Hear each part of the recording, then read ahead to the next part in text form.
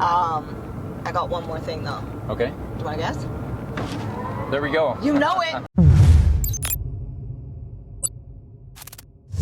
Hey guys, I'm in Phoenix, Arizona at Gruber Motor Company, the world's first and largest independent Tesla service center. Their media guy, Richard, connected with me on social media and he said, listen, you have to come out to visit us and meet our owner, Pete Gruber, because he has an incredibly rare Roadster. So let's check it out.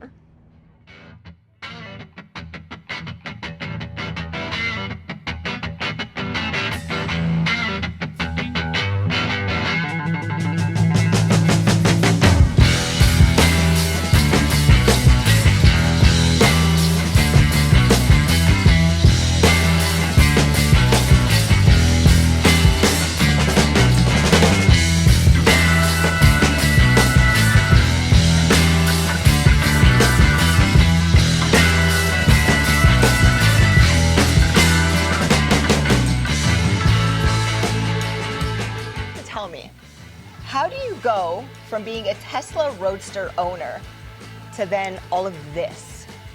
Well, there's a bit of passion involved. Obviously, these are beautiful cars. Yeah. And having been a car fanatic all my life, it wasn't a difficult transition to combine two passions, electronics and beautiful cars like this, into a business. Yeah.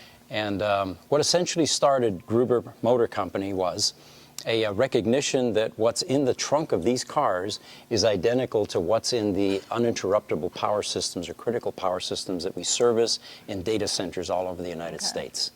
Wow. Well, congratulations. Like it's so impressive. I know you guys are active on social media and that looks amazing. Kudos to your team. But to see it in person is outstanding.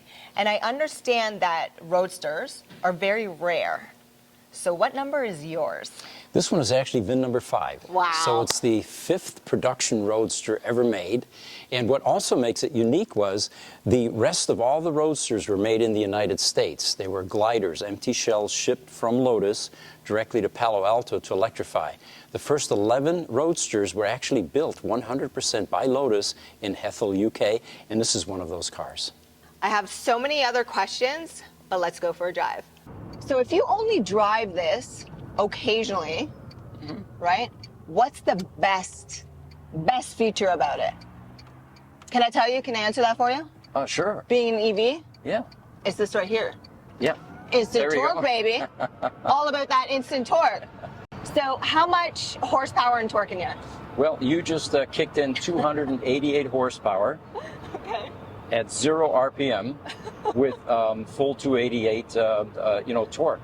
Amazing. That's one of the features of a 3-phase AC induction motor is unlike an ICE engine that has to spool up the RPMs in order to get maximum torque and horsepower, these EVs have it right from 0 RPM. This is 1 gear or 2 gears? Because I know being one of the originals, it was going to be a 2-gear system. Sure. They originally had a 2-speed Borg-Warner transmission, and they found that they were burning up the clutch plates because of the torque. Okay. It was a huge problem for them to solve at the time because there really was no alternative, and they ended up, Borg-Warner ended up creating a solution which was 1 speed. Now, that's one of the reasons that you have such a high 0 to 60 time, but the top speed is only 130 miles an hour. So why do you have a tachometer, though? Well, that was a holdover. That was a leftover from the 2-speed transmission days. Okay. And in the 2.5 Roadsters, well, first of all, there's a 1.5, which is what this is. That's VIN 500 and under. And then there's a 2.0 or 2.5 Roadsters, which are 500 on up.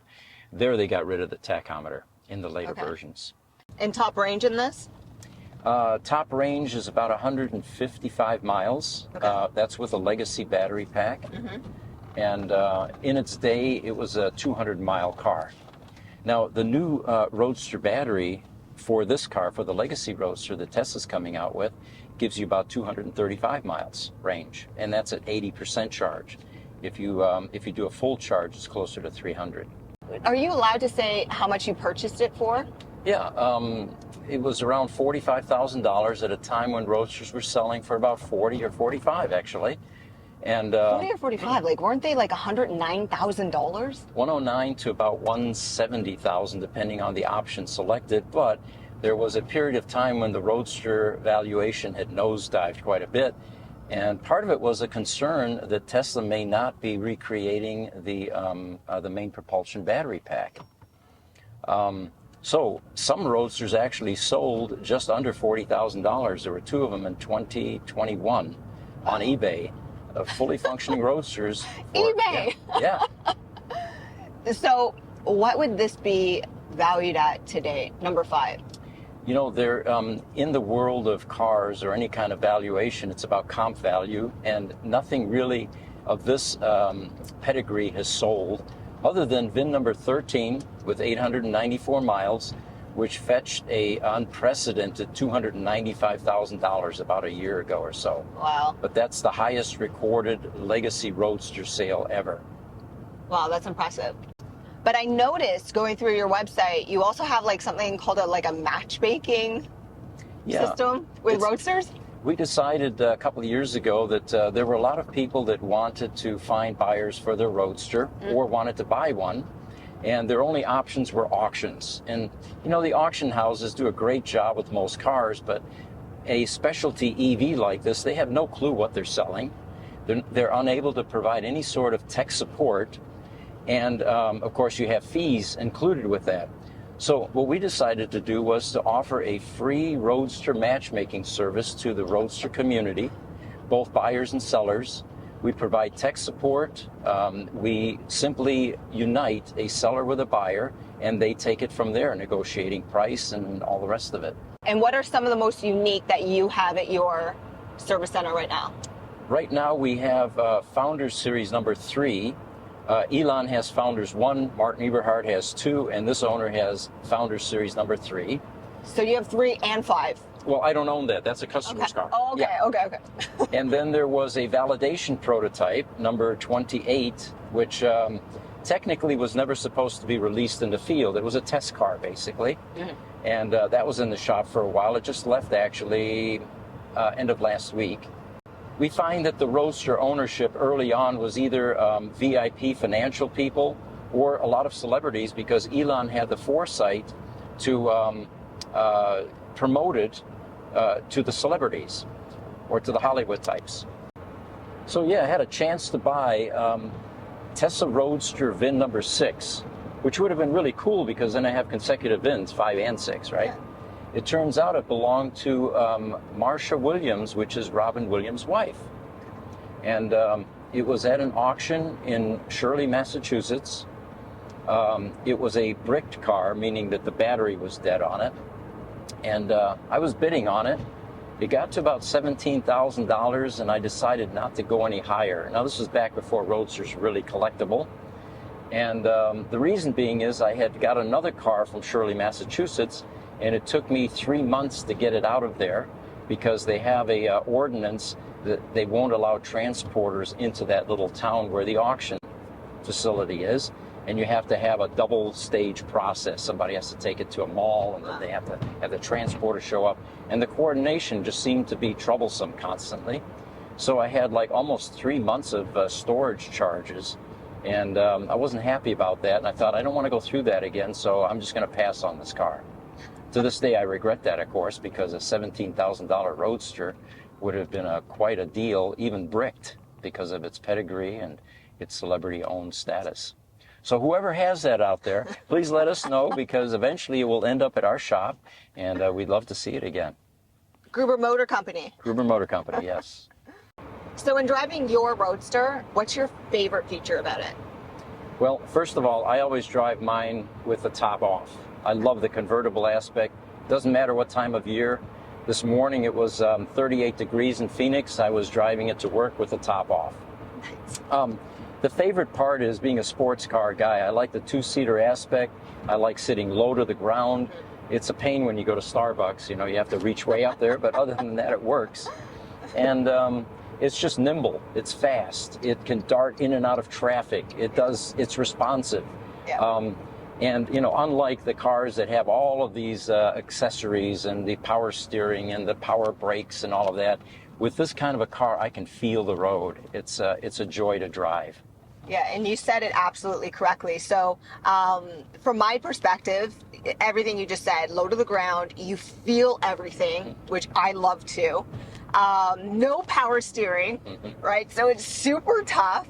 My only thing is it's kind of loud in here, right? It is, yes. And then visibility. Yeah. It's literally, you're so low and you can't really see. But besides that, if you're looking for a car that honestly, you know, feels like a go-kart, right? And that's what everybody says about the Lotus, right? And this was based on a Lotus Elise. Yes. Right? Yes, Same thing. It's nimble. You feel all the bumps and cracks, and it's responsive and steering. And my favorite feature. Oh, there we go. You know it, right there. You know, No, awesome. when I bought my first Roadster, a friend of mine who owned one, and I had never been in one before, did that very thing, by the way. And I was sitting there in my seat, and suddenly my head pops into the seat like this, and it just stayed there. There's actually a story that people tell that some of the Roadster owners will put a $100 bill on the dash and say, if you can get that, it's yours, and then they gun it. And you can't muster enough, you know, strength to pick up that $100 bill. I don't know if that's true or not. That'd be cool, though. Yeah, yeah. Your 100, put your 100 on. Oh, my 100. Here we go. I thought it was going to be You're the one with the number 5. Right. Awesome. So, are they ever going to make the new Roadster, which looks amazing? Well, they will make it. You know, Tesla has never fallen short of a commitment other than delays, overcommitting and under-delivering. The problem with the new Roadster is it's a niche car. And Tesla has so many things that are in the works that need to come out first. The Cybertruck, for example, the pent-up demand for that is phenomenal compared to this new niche Roadster. The same with the semi-truck. It will revolutionize long-distance transportation. Wow. So, you know, those of us in the EV space understand why they are putting this on the back burner. Although the people that have put a $50,000 down payment down don't feel quite the same way. They want their car. And of course, their biggest complaint was when the Tesla stock was healthy, was if I had put that 50 grand into Tesla stock, I could have bought 5 of these cars. My God. So between these, so, you know, what you're saying is between the Roadster or the Cybertruck, they're coming, just you have to keep waiting. We have to be patient, yes. Are you going to go for number 1 too? Well, number 1's going to go to Elon, right? You know, there's so many cool EVs coming out that by the time the Tesla Roadster number 2 hits, there may be even more interesting things. You know, Lotus, for example, has the Avija, I don't know how to pronounce that. This car has holes in the sides of it. Wow. It's gorgeous. It's a $2 million car, but absolutely stunning. And, you know, there are other cars, the Rimac, for example. There are some really cool cars that are coming out that are going to completely change our mind about what cars could be or should be. Yeah. But I mean, like, still, all that aside, the new cool tech, I mean, I'm so privileged to see all that new cool tech, but just to see where it all started, because this really started the evolution of it. You know, we have a car in our service center, the yellow T0, and it truly is the genesis of the EV revolution. Without that car, Tesla would not have existed. And when we get back to the shop, I can show you the car, I can tell you the story, and we can see why that's the case. But the Tesla Roadster really is the first production-ready EV sports car that went a long way to actually starting this EV revolution. Yeah. Well, listen, this is amazing. Thank you so much for this opportunity. I got one more thing, though. Okay. Do you want to guess? There we go. You know it. Let's go. It's just too much fun, folks. I'm so incredibly happy that I accepted Richard's invitation to come down here to Phoenix, Arizona to meet Pete Gruber and test drive his VIN number 5 Tesla Roadster. And Pete himself, man, what a character. But listen, if you guys have a new vehicle, a sexy supercar, or an instant classic, I want to hear from you. So connect with me on social media and let's go for a drive.